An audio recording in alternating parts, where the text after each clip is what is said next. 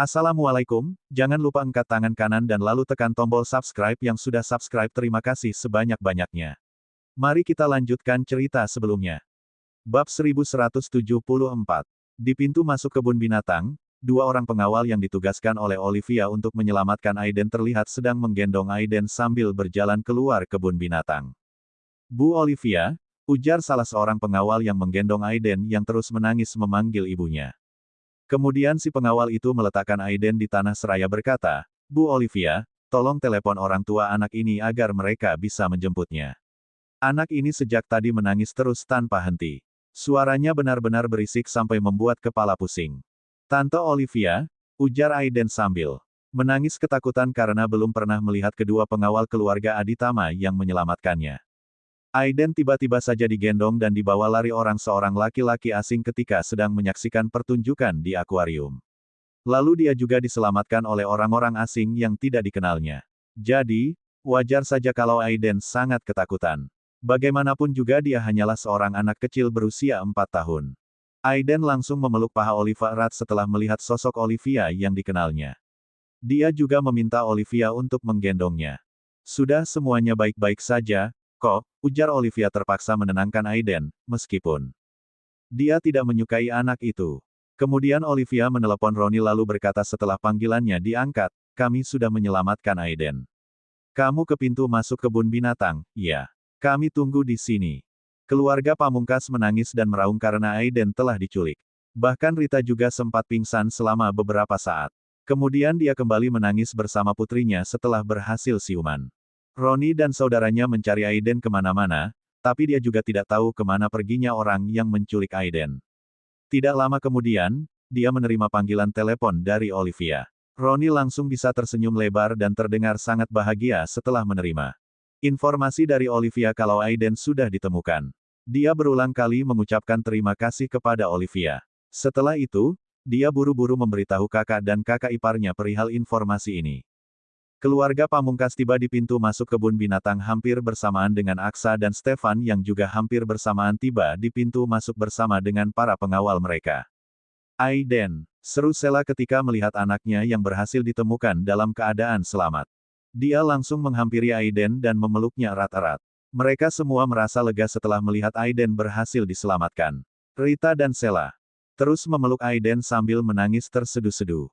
Tidak lama kemudian, Sela menoleh lalu berlutut dan bersujud di hadapan Olivia untuk mengungkapkan rasa terima kasihnya.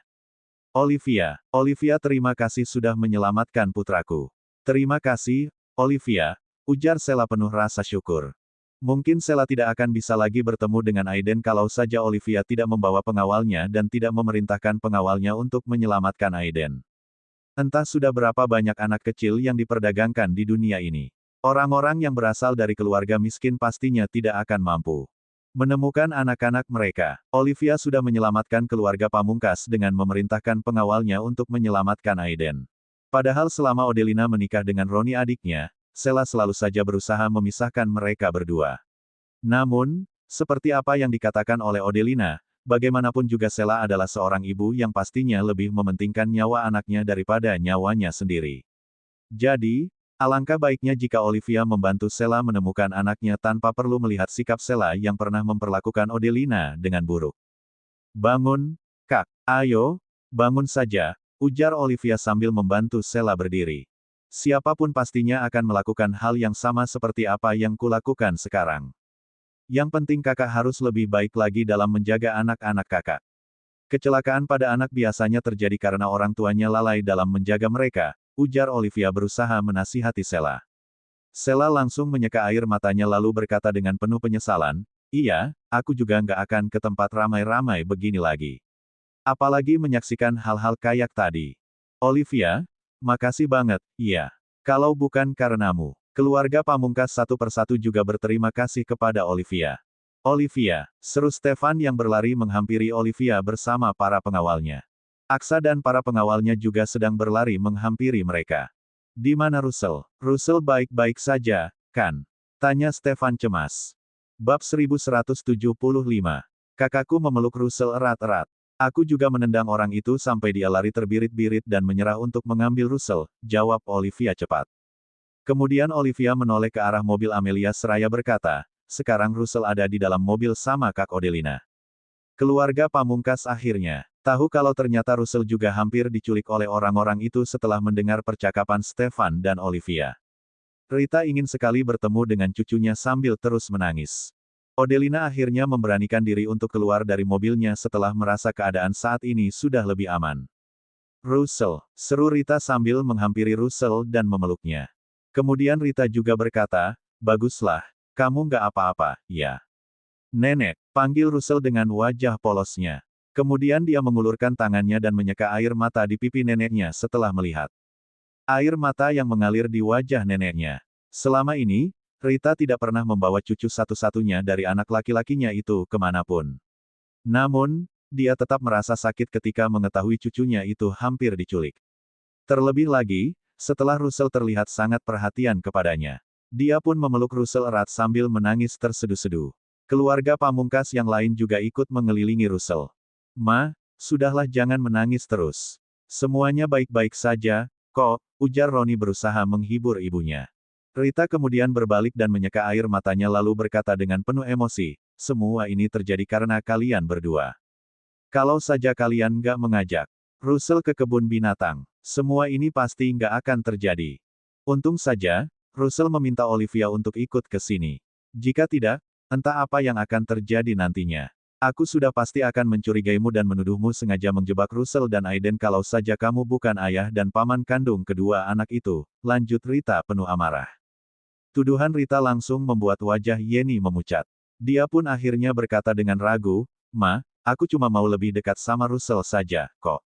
Aku nggak pernah menyangka kalau hal seperti ini akan terjadi. Entah kenapa ada banyak hal janggal yang terjadi semenjak Roni menikah dengan Yenny. Bahkan bisa-bisanya ada orang yang ingin menculik cucunya di hadapan banyak orang seperti ini. Semua ini benar-benar terasa janggal. Yenny hanya bisa menundukkan kepalanya dengan perasaan malu. Dia terlihat seakan merasa sangat bersalah. Roni merasa kasihan dengan istrinya. Akhirnya dia pun berusaha membelanya dengan berkata, Ma, nggak ada yang tahu kalau hal seperti ini akan terjadi. Lagi pula, aku yang sudah berjanji untuk membawa Russell ke kebun binatang. Kenapa Mama malah nyalahin Yenny, sih? Terus saja kamu membelanya. Nanti akan tiba saatnya kamu menyesali semua perbuatanmu itu, ujar Rita kesal sambil menatap Roni putranya. Kak, kita pulang saja, yuk, ujar Olivia yang sudah terlalu malas. Melihat pertengkaran keluarga pamungkas, kemudian Olivia menggendong Russell dalam pelukannya. Namun, Stefan langsung mengambil Russell dari pelukan Olivia dan menggendong Russell. Om Stefan, seru Russell riang. Kemudian dia menceritakan tentang semua hewan-hewan yang dilihatnya di kebun binatang kepada Stefan dengan penuh antusias tanpa menyadari kalau dirinya baru saja lolos dari sebuah bencana. Stefan mencium laki-laki kecil itu lalu berkata, nanti, Om Stefan ikut sama Russell juga ya kalau Russell mau ke kebun binatang lagi. Siapa yang berani menyentuh Russell selama ada Stefan di sisinya? Semua orang mengira kalau apa yang terjadi hari ini adalah sebuah kebetulan. Namun, bagi Stefan dan Aksa hal ini kemungkinan besar adalah sebuah konspirasi. Bab 1176. Olivia juga memiliki pikiran yang sama dengan kedua orang itu. Dia berpikir kalau ada yang tidak beres dalam peristiwa ini. Namun, dia tidak ingin mengungkapkannya di depan orang-orang saat ini. Oke, jawab Russell riang. Russell merasa sangat gembira bermain di kebun binatang hari ini. Bahkan dia juga menganggap pertunjukan di akuarium sangatlah menarik. Namun, sayang sekali ibunya sudah menggendong dan membawanya pergi ketika pertunjukannya belum selesai. Stefan masuk ke dalam mobil Rolls-Royce bersama Olivia sambil menggendong Russell. Mereka didampingi oleh para pengawal yang berbaris layaknya tentara di depan mobil milik Stefan. Odelina tidak mengikuti adiknya masuk ke mobil Stefan.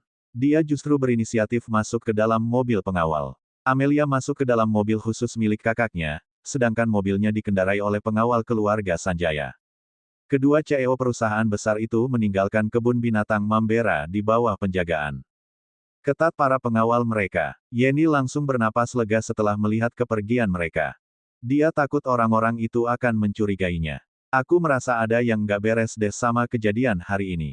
Apa mungkin ada konspirasi di baliknya? Pertama-tama, mereka membuat keributan sampai akhirnya menimbulkan kekacauan di dalam akuarium.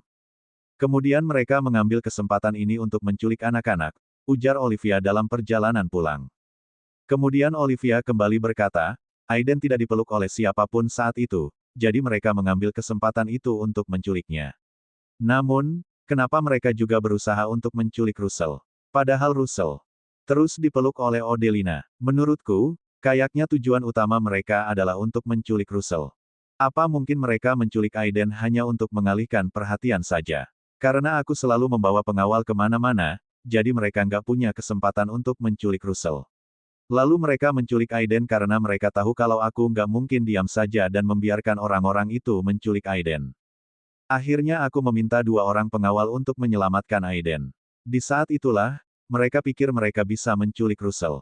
Karena mereka merasa kekuatan 3 orang perempuan pastinya akan lebih mudah ditaklukkan. Dengan begitu, peluang keberhasilan mereka akan lebih tinggi. Soalnya aku merasa aneh, ada banyak anak kecil lainnya yang tidak dipeluk orang tuanya, bahkan anak-anak itu berlarian ke sana kemari. Tapi para penculik itu tidak mengincar anak-anak itu sama sekali. Sebenarnya, Olivia tidak ingin separanoid ini. Namun, Olivia tidak bisa menahan rasa curiganya. Dia selalu berpikir kalau peristiwa ini adalah sebuah bentuk konspirasi. Kayaknya memang ada yang nggak beres sama peristiwa ini setelah mendengar kata-katamu. Aku akan menyuruh Reiki untuk menyelidikinya. Tapi kayaknya kecil kemungkinan kalau orang-orang itu memang menargetkan Russell, ujar Stefan dengan wajah serius setelah sempat berpikir. Sejenak, karena menurut Stefan target sesungguhnya adalah Olivia. Stefan menatap tajam ke arah Olivia. Dalam sekejap, Olivia langsung mengerti maksud dari tatapan Stefan lalu berkata, apa mungkin mereka sebenarnya menargetkanku atau mungkin kamu? Menurutku, mereka memang menargetkanmu. Russell hanyalah alat untuk mewujudkan tujuan mereka. Kamu dan Russell sangat dekat. Kamu membesarkan Russell dengan tanganmu sendiri. Jadi, mereka tahu kalau hidupmu pasti akan hancur kalau sampai hal buruk terjadi pada Russell. Mereka pasti menggunakan Russell untuk menarikmu. Karena mereka tahu, kamu pasti akan mengejar mereka kalau sampai mereka berhasil menculik Russell, ujar Stefan dengan wajah serius. Olivia selalu bersikap baik kepada orang lain. Selama ini, dia tidak memiliki musuh kecuali keluarganya di desa dan Sinta serta anaknya. Namun, Olivia tahu kalau orang-orang di desanya tidak akan memiliki kemampuan untuk melakukan hal seperti itu. Selain itu, Giselle Siahan juga masih berada di penjara dan ayah serta ibunya juga masih diawasi dengan ketat oleh Stefan. Pasangan suami istri itu memang berusaha sekuat tenaga untuk bisa mengeluarkan anaknya dari penjara. Namun, sepertinya kedua orang itu tidak akan mampu untuk melakukan hal sehebat itu kecuali kalau mereka memang sudah merencanakannya sejak lama. Akan tetapi, perseteruan Olivia dan keluarga Siahaan belum terlalu lama terjadi. Jadi, rasanya tidak mungkin mereka bisa merencanakan hal seperti itu dalam waktu singkat. Kalau begitu, ada kemungkinan target utamanya adalah Stefan. Namun, siapa orang yang berani mengusiknya di kota Mambera ini? Selain dia, hanya Aksa yang memiliki kekuatan yang hampir sama dengannya. Semua orang di kota Mambera tidak akan berani mengusik Stefan dan selalu berusaha untuk menghindari konflik dengan Stefan, sekalipun mereka tidak suka bahkan membenci Stefan. Stefan adalah orang yang sangat sulit untuk diusik. Dia selalu membawa pengawal kemana-mana dan selalu menggunakan mobil anti peluru. Ditambah lagi, dia juga menguasai ilmu bela diri. Karena sulit untuk menyerang Stefan, maka mereka berusaha untuk menyerang orang yang paling disayangi Stefan, yaitu Olivia. Bab 1177. Sekarang semua orang di Mambera sudah tahu kalau Stefan sangat mencintai istrinya. Hidup Stefan akan hancur kalau sampai hal buruk terjadi kepada Olivia. Apa mungkin Bu Sinta yang melakukannya? Tanya Olivia ragu. Aku juga nggak yakin soal itu. Tapi aku sudah memerintahkan Reiki untuk menyuruh orang memata-matai keluarga Siahaan sejak konflik yang terjadi di antara kamu dan Giselle waktu itu. Tapi kayaknya nggak ada yang aneh sama mereka, ujar Stefan. Olivia, masalah ini membutuhkan penyelidikan agar kita bisa mengetahui siapa dalang di balik peristiwa ini. Sehingga nantinya kita juga tahu siapa target mereka sebenarnya, apakah aku atau kamu, ujar Stefan lagi. Stefan meletakkan Russell di sisinya. Kemudian merentangkan tangannya dan memeluk Olivia seraya berkata, tenang saja, ada aku di sini. Aku nggak akan membiarkan siapapun menyentuhmu sedikitpun. Stefan, kamu juga harus hati-hati. Mungkin saja mereka juga menargetkanmu, ujar Olivia cemas. Takdirku memang begitu. Aku sudah terbiasa menjadi target dari orang banyak. Jadi, kamu nggak perlu mengkhawatirkanku, ujar Stefan tenang. Keluarga Aditama sangat melindungi keturunan mereka sebelum mereka memasuki dunia bisnis. Bahkan orang-orang luar juga tidak tahu nama dari para anggota keluarga Aditama yang masih muda. Keluarga Aditama membekali para keturunannya dengan ilmu bela diri. Hal ini berguna agar semua keturunan keluarga Aditama memiliki kemampuan untuk melindungi diri mereka sendiri. Walaupun mereka akan diberikan pengawal yang pastinya akan menjaga mereka, tapi keluarga Aditama takut akan celah yang mungkin akan terjadi. Kalau mereka bisa melindungi diri sendiri, itu artinya mereka juga bisa bertahan hidup jika suatu saat tidak ada pengawal di sekitar mereka. Olivia bersandar di dada Stefan seraya berkata, aku harap peristiwa itu cuma kebetulan saja dan bukan konspirasi. Kalau memang kejadian ini hanya kebetulan saja, itu artinya mereka hanya tidak beruntung sudah menjadi sasaran si penculik. Namun, lain halnya jika peristiwa ini adalah konspirasi. Karena peristiwa seperti ini bisa terjadi berkali-kali dan tidak ada yang tahu kapan peristiwa ini akan berhenti. Kekacauan hari ini sangat besar. Aku yakin, dalang dibalik peristiwa ini nggak akan berani menjalankan rencana lainnya dalam waktu singkat, ujar Stefan yakin. Russell mendorong Olivia yang sedang bersandar di dada Stefan karena dia merasa disingkirkan oleh om dan tantenya. Kemudian dia merangkak dan duduk di atas pangkuan Stefan ketika Olivia menatapnya sambil duduk dengan tegak. Anak kecil itu bersandar di dada Stefan. Wajahnya terlihat nyaman dan tenang. Olivia hanya bisa terdiam sambil terus menatap Russell. Sekarang dia harus bersaing dengan Russell untuk mendapat perhatian Stefan. Russell, ujar Stefan lembut lalu mencium wajah bocah kecil itu. Russell mau nggak belajar bela diri? Tanya Stefan tiba-tiba. Apa itu bela diri? Tanya Russell bingung. Kamu pernah lihat tantemu melawan orang jahat, kan? Menurut Russell, tante hebat, enggak. Tantemu itu bisa melawan orang jahat karena dia menguasai ilmu bela diri, jawab Stefan. Russell belum pernah melihat tantenya berkelahi melawan orang jahat. Namun, dia merasa tantenya sangat hebat ketika tantenya menendang orang yang berusaha mengambilnya dari pelukan ibunya tadi. Russell langsung mengangguk seraya berkata, Om, aku juga mau belajar bela diri biar bisa sehebat tante. Kalau begitu, Om akan panggilkan guru yang akan mengajarkanmu bela diri. Tapi, ilmu bela diri itu sangat melelahkan, jadi Russell jangan menangis, ya, ujar Stefan sambil menatap Russell hangat. Sekarang ada banyak lembaga yang mengajarkan berbagai macam ilmu bela diri. Kita bisa membawanya ke sana, ujar Olivia sambil tersenyum. Russell nggak akan nangis, kok. Russell mau jadi hebat, sehebat tante, ujar Russell dengan wajah serius. Stefan langsung tersenyum lalu berkata, kalau begitu, Om akan panggilkan guru untuk mengajarimu ilmu bela diri. Tenang saja, jadwalnya nggak akan mengganggu sekolahmu di TK September nanti. Kemudian Stefan mengalihkan pandangannya ke arah Olivia dan berkata, apa yang dipelajari di lembaga pelatihan hanyalah latihan tingkat dasar dan untuk bisa menjadi sehebat kamu memang membutuhkan waktu yang cukup lama. Tapi kemampuanmu juga hanya bisa untuk menghadapi preman-preman biasa. Kamu pasti kalah kalau sampai harus berhadapan dengan orang yang ilmunya lebih tinggi daripada para preman biasa itu. Keluargaku memiliki lapangan khusus untuk latihan bela diri. Kami juga memanggil master bela diri untuk mengajar kami. Lebih baik Russell diajarkan di sana daripada harus ke lembaga pelatihan. Tapi, pelatihannya memang cukup berat. Entah Russell mampu atau tidak untuk menjalaninya. Bab 1178. Kalau orang biasa memang tidak perlu belajar ilmu bela diri. Tapi sekarang status Russell sudah berbeda. Lebih baik dia belajar ilmu bela diri agar bisa membela dirinya sendiri, ujar Stefan. Stefan selalu menyukai Russell sebagai keponakannya. Dia juga berpikir kalau Russell memiliki bakat bela diri dan dia ingin mengajari Russell ketika nanti Russell sudah cukup besar. Sekarang, dia hanya ingin memperkenalkan Russell sedikit tentang ilmu bela diri. Ya, lakukan saja seperti yang kamu katakan. Makasih ya, sayang, ujar Olivia penuh rasa syukur. Olivia merasa berterima kasih kepada Stefan karena dia bersedia melatih keponakannya untuk mempelajari ilmu bela diri. Stefan memegang Russell dengan satu tangannya dan tangan lainnya menyentuh hidung Olivia seraya berkata, biasanya kamu memanggilku dengan sebutan Stefan. Tapi setelah aku bilang mau panggilin guru untuk Russell baru kamu panggil aku sayang. Apa Russell jauh lebih penting daripada aku? Sama pentingnya, kok. Enggak deh, kamu lebih penting, ujar Olivia sambil tersenyum.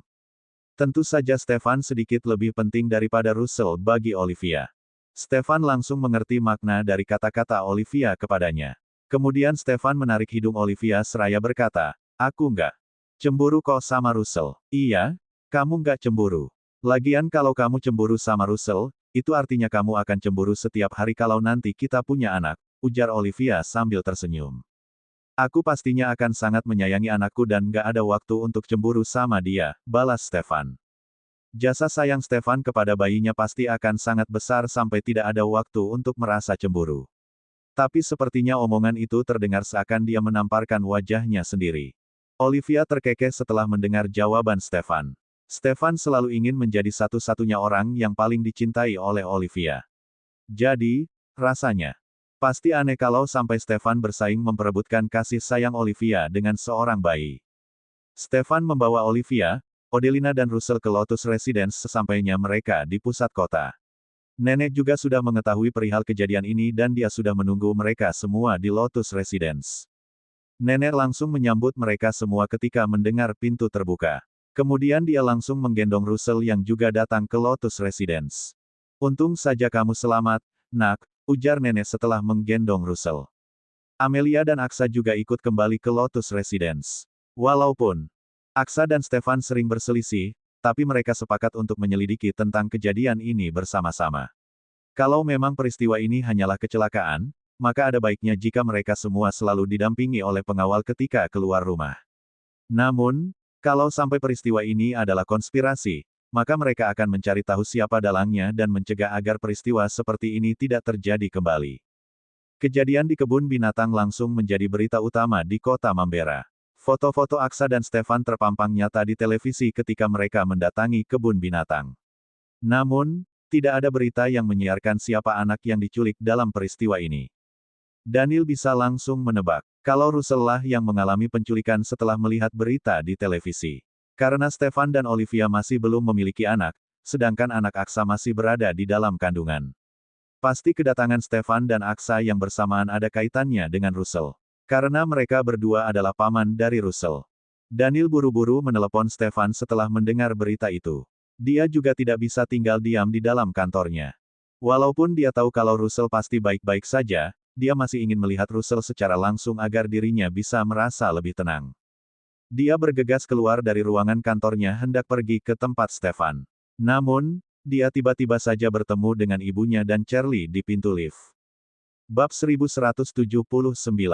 Mereka berdua baru saja kembali setelah berbelanja bersama. Charlie terlihat sedang membawa beberapa tas belanjaan di satu tangannya dan satu tangan lainnya sedang memegang lengan Yanti. Daniel, kamu mau pergi? Iya. Tanya Yanti ketika melihat putranya. Mama dan Charlie, sapa Daniel. Ma, aku ada urusan urgen di luar, jadi harus segera ke sana. Kalian mau nunggu di kantorku atau mau langsung pulang saja? Tanya Daniel buru-buru setelah menyapa kedua wanita itu. Urusan apa sih sampai kamu buru-buru begitu? Tanya Yanti lagi dengan wajah sedikit cemas. Pokoknya urgen deh, Ma. Jawab Daniel cepat. Daniel pastinya tidak akan memberitahu ibunya kalau dia pergi meninggalkan semua pekerjaannya karena dia merasa khawatir dengan keadaan Russell. Dia takut ibunya akan salah paham dengan dirinya dan Odelina. Banyak orang yang mengira kalau dirinya menyukai Odelina dan menggunakan Russell sebagai alat untuk mendekati ibunya agar dirinya bisa menjadi ayah tiri Russell. Padahal Daniel pernah mengatakan kalau dirinya hanya menyukai Russell, tapi tidak ada yang mempercayainya. Apa ini urusan perusahaan? Tanya Yanti lagi. Ya, urusan perusahaan. Aku pergi dulu ya, Ma, ujar Daniel berbohong kepada ibunya. Ya sudah, pergi sana. Tapi ingat ya, kamu harus pulang untuk makan malam bersama malam ini. Charlie sudah membelikan beberapa baju baru untukmu. Nanti kamu coba dulu apa semua baju itu cocok buatmu. Kalau kamu nggak pulang malam ini, maka Mama akan menyuruh Charlie untuk mengantarkan makanan ke kantormu setiap hari, ujar Yanti. Yanti sangat mengenal putranya dengan baik. Sampai saat ini, Daniel belum juga menghubungi Charlie dan dia juga tidak suka kalau Charlie datang untuk menemuinya. Jadi, Yanti menggunakan ancaman itu agar Daniel bersedia untuk makan malam di rumah malam ini. Kamu juga jangan kelamaan di rumah Stefan. Mereka berdua kan pengantin baru yang sangat Bahagia sama pernikahan mereka. Kamu cuma jadi obat nyamuk yang mengganggu mereka di sana. Lagi pula, memangnya kamu nggak punya rumah sampai harus tinggal di rumah Stefan. Pokoknya malam ini kamu harus pulang untuk makan malam bersama, ujar Yanti tegas. Stefan sama Olivia kan sudah dapat surat nikah dari setengah tahun yang lalu. Jadi, mereka bukan lagi pengantin baru, balas Daniel acuh tak acuh. Mereka itu kan saling mencintai. Jadi, setiap hari rasanya kayak pengantin baru. Memang menurutmu mereka nggak begitu? Balas Yanti. Daniel hanya bisa terdiam setelah mendengar balasan kata-kata dari ibunya. Kalau sampai kamu nggak pulang juga, maka mama akan bilang sama Stefan kalau rumah kita lagi direnovasi. Jadi, mama mau meminjam rumahnya untuk tinggal bersamanya di sana.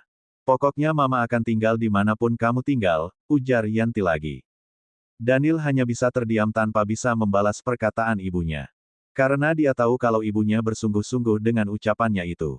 Di sisi lain, Charlie hanya bisa terdiam ketika melihat Yanti terus mengancam Daniel. Dia merasa tidak enak hati untuk ikut berbicara dengan mereka.